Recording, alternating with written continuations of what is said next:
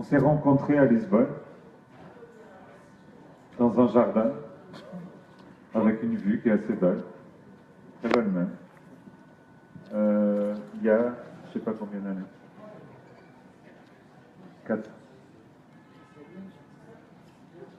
Antoine, tu connaissais déjà le cinéma de Jean Pedro, j'imagine. Quel rapport tu avais avec son cinéma? Ça va? Oui. Oui, je connaissais très bien son cinéma. Je faisais partie de ceux qui avaient été vraiment marqués par Au Fantasma dans les années 2000.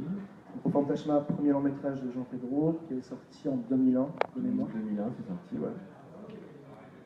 J'ai jamais pensé une seconde que je le rencontrerais, mais au Locarno de 2012, moi j'avais mon film dans une sélection et Jean Pedro et Jean Roux, il y avait le leur Macao à l'époque dans la compétition internationale. Et donc je me suis dit, tiens, on n'a jamais été si près, je le rencontrerais bien. On ne s'est pas rencontré là, mais en allant à Lisbonne, j'ai demandé à une amie commune de faire le lien, et puis on s'est rencontrés comme ça. Au départ, juste pour le plaisir, et puis finalement, il y a eu cette opportunité de devenir coproducteur pour l'ornithologue. Alors, voilà. Comment on devient coproducteur de l'ornithologue? Tu reçois le scénario, tu le lis ou tu signes parce que c'est Jean Pedro Rodrigues?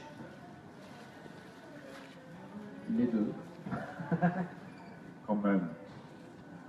Non, et c'est drôle que tu me dis ça. Et tu as rencontré Jean Roux à Locarno. Par contre, j'ai rencontré Jean Roux à Locarno. Ouais, parce qu'ils sont beaucoup plus fêtards que moi. Et... Jean Roux Guerra-Demata, qui est co-scénariste, directeur artistique de l'ornithologue et qui travaille avec Jean Pedro depuis le début. Ouais. J'allais dire quelque chose, mais j'ai oublié.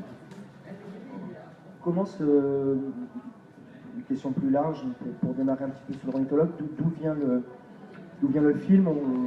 On sait, certaines personnes savent que plus jeune, tu adorais observer les oiseaux, tu voulais devenir ornithologue, que tu as failli devenir scientifique. Comment est-ce que ce film-là apparaît?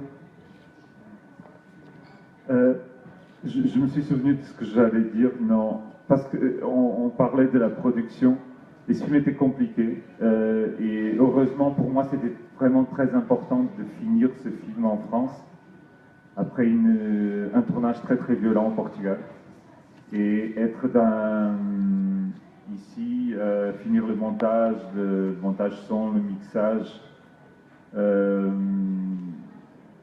au Frénois, ça m'a vraiment mis dans une espèce de boule où j'avais pas aussi, j'avais les étudiants aussi, pas que mon fils, mais c'était une règle monastique et c'est quelque chose il y avait une discipline et c'est ça que je cherche tout le temps, c'est quelque chose de, c'est comme être dans un monastère. Avec cette concentration. Et je pense que le film, et ça c'est aussi grâce à Antoine et grâce à Vincent Wang, les coproducteurs de House on Fire, que ça a été possible. Et bon, je tiendrai aussi à te remercier, comme ça publiquement, par parole. Non, parce que je reviens du Frénois là, où je finis un autre film. Un cours et je me souviens quand j'étais là, je me sens très bien là-bas. C'est ça, bon. Mais retournons ce film, c'est comme un chemin que j'aurais pu suivre si j'aurais pas fait du cinéma un peu. Je le sens un peu comme ça. Mais après, c'est pas vraiment un film. C'est toujours un peu autobiographique tout ce qu'on fait, oui, ça parle toujours de soi. Mais c'est un peu comme ça, comme si je revenais à quelque chose qui était et qui est aussi encore important dans ma vie. Donc le film raconte l'histoire de Fernando, ornithologue, qui observe des oiseaux, notamment sur un kayak. pris dans des rapides, il s'échoue et va faire des multiples rencontres qui vont le changer, le transformer.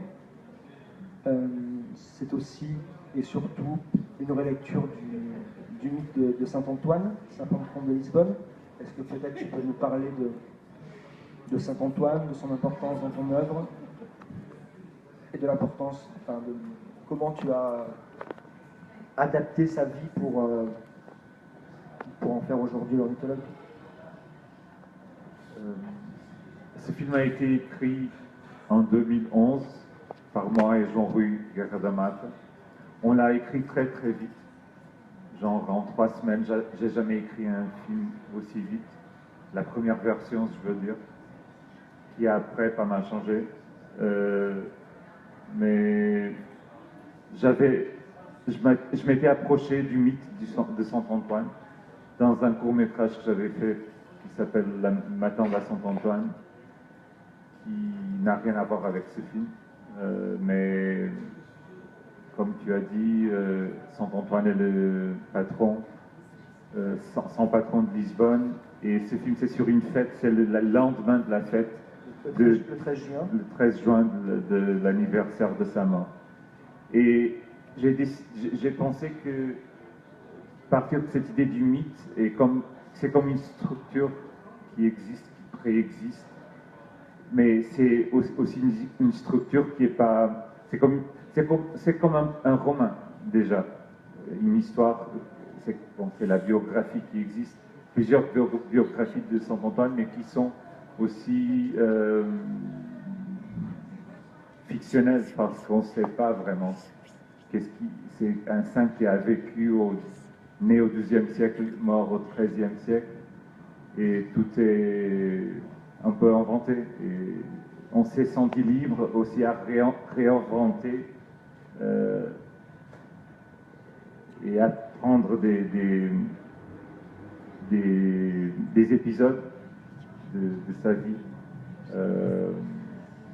La première fois qu'on m'a demandé de choisir 3 photos pour ce film, c'était au début de l'année. Il fallait trouver un titre et je l'ai nommé La rivière sans retour. Et, bon, il y a aussi un film, mais qui, je pense qu'aussi ça parle beaucoup du film. Tu as dit que le tournage du film s'était déroulé en 2 moments. Est-ce que tu peux revenir là-dessus également, s'il te plaît? Parce qu'il y a beaucoup d'images, il y a beaucoup d'animaux dans le film, et d'animaux sauvages. Il y a aussi des animaux entraînés. On dit ça, entraînés? Oui, dressés. Mais les animaux sauvages, il fallait aller là où on allait tourner après avec les acteurs avant, parce que c'est pas possible d'attendre. Même si on est allé avec des ornithologues, vrai, pas un faux comme moi,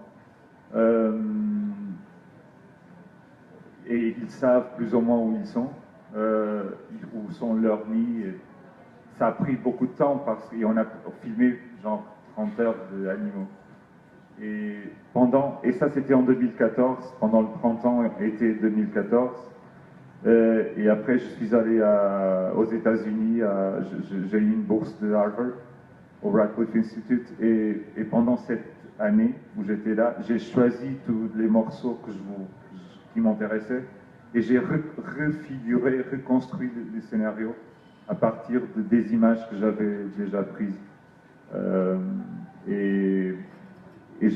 Parce qu'il y avait quelques oiseaux que je ne savais pas que j'allais les voir et pouvoir les filmer, et d'autres comme la cigogne noire, qui est un peu celle qui est un peu plus symbolique dans le film, qui est un peu aussi un double du personnage d'une certaine façon. C'était peut-être l'oiseau le plus difficile de filmer. Tout à l'heure tu disais, je reviens juste sur le scénario, le moment où j'ai lu le scénario. Moi je pense qu'avant de l'ouvrir, j'avais décidé que j'avais envie de faire ce film, évidemment, parce que c'était Jean Pellerin. Mais comme il y avait quelque chose de fort dans ce scénario-là, c'est quand tu sens aussi qu'un réalisateur non seulement évolue, mais sort de sa zone de confort, comme on dit. Et ça, je trouve ça toujours formidable de sentir que, à plein de niveaux, par exemple, son cinéma a souvent parlé de l'animalité, et là, il allait vraiment vers les animaux, tu vois. Dans Deo Fantasma, notamment le plan là, tu vois, on sent un talent à filmer l'extérieur, à filmer des choses très, très larges, quelque chose qui est de l'ordre du western et des paysages, sauf que Au Fantasma était un film très urbain. Et là, on sentait que l'ornithologue allait autoriser vraiment une libération des espaces et que le film ne serait plus du tout urbain et ne serait que ça. Et ça, moi, je trouvais ça très, très émouvant, en fait, de sentir qu'il allait frontalement dans ces nouvelles choses-là et avec excitation, plaisir et comme en plus la photo du film est spectaculairement belle, je trouve. C'était un autre plaisir qui s'y ajoutait. Et sur Saint-Antoine, il y a un autre truc que je trouve aussi joli, c'est que souvent les saints, on connaît effectivement quelques épisodes de leur vie, tu vois. Effectivement, Saint-Antoine, on sait qu'il a porté Jésus bébé dans ses bras, on sait éventuellement, si on s'est documenté, que son bateau a été dérivé au retour du Maroc, on sait tout ce qu'il est mort à Padoue, mais c'est un peu comme les dessins d'enfants où tu as des numéros qu'il faut relier. La vie des saints, on sait en général un épisode, 2, 3, grand maximum. Et on savait qu'il parlait aux poissons, des choses comme ça. Et du coup, je trouve que c'est très excitant de faire ce que du coup Jean Peugeot et Jean Rouille ont fait à l'écriture de ce film, c'est de relier les points avec liberté, en même temps sans forcément passer par la documentation au sens strict. Justement, ce travail sur la question de comment représenter un saint, à la fois dans ses contradictions, à la fois être un être de chair et à la fois être un être plutôt transcendantal. Comment est-ce qu'on travaille ces questions-là que de représentation, d'incarnation d'un saint? Bon, évidemment, ma question, c'est aussi le choix de Paul Ami pour jouer le rôle de Fernando.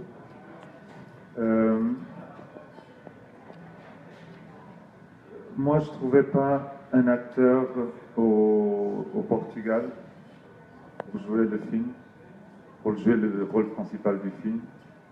Et j'avais toujours pensé, et c'est quelque chose que j'ai toujours encore envie, de tourner avec un acteur américain. Et c'est Antoine qui m'a parlé de Paul. J'avais déjà vu Paul dans un film de Catel qui Verret, Suzanne. Mais bon, j'avais juste vu le film. Et Antoine a arrangé la rencontre à Paris. Et tout est un peu né comme ça. Au départ, Paul, il est très différent de moi. Et comme le film aussi a beaucoup à voir avec moi, ça m'a fait un peu peur. Il est un garçon il est très sportif et il fait du basket et un peu hip-hop. Et je suis pas vraiment comme ça. Et même si je suis un peu sportif quand même. Mais j'ai vu que j'ai senti, je sais pas, tout ça, il y a beaucoup de choses qu'on, je sais pas expliquer. J'ai ressenti qu'il pouvait incarner précisément cette idée d'incarnation. Un personnage qui était un saint. Et c'est toujours ça qui m'intéresse.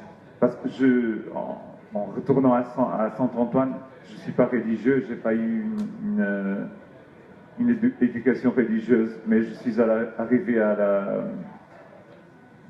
lire par exemple la Bible et à la religion par la peinture surtout. Et la peinture a commencé par être religieuse. Et cette idée aussi dont Antoine parlait d'épisodes, dans les tableaux où on voit la vie des saints, il y a des moments, ou alors il y a un tableau qui représente la scène la plus iconographique de la vie du sang. Et souvent, ces tableaux qui sont un peu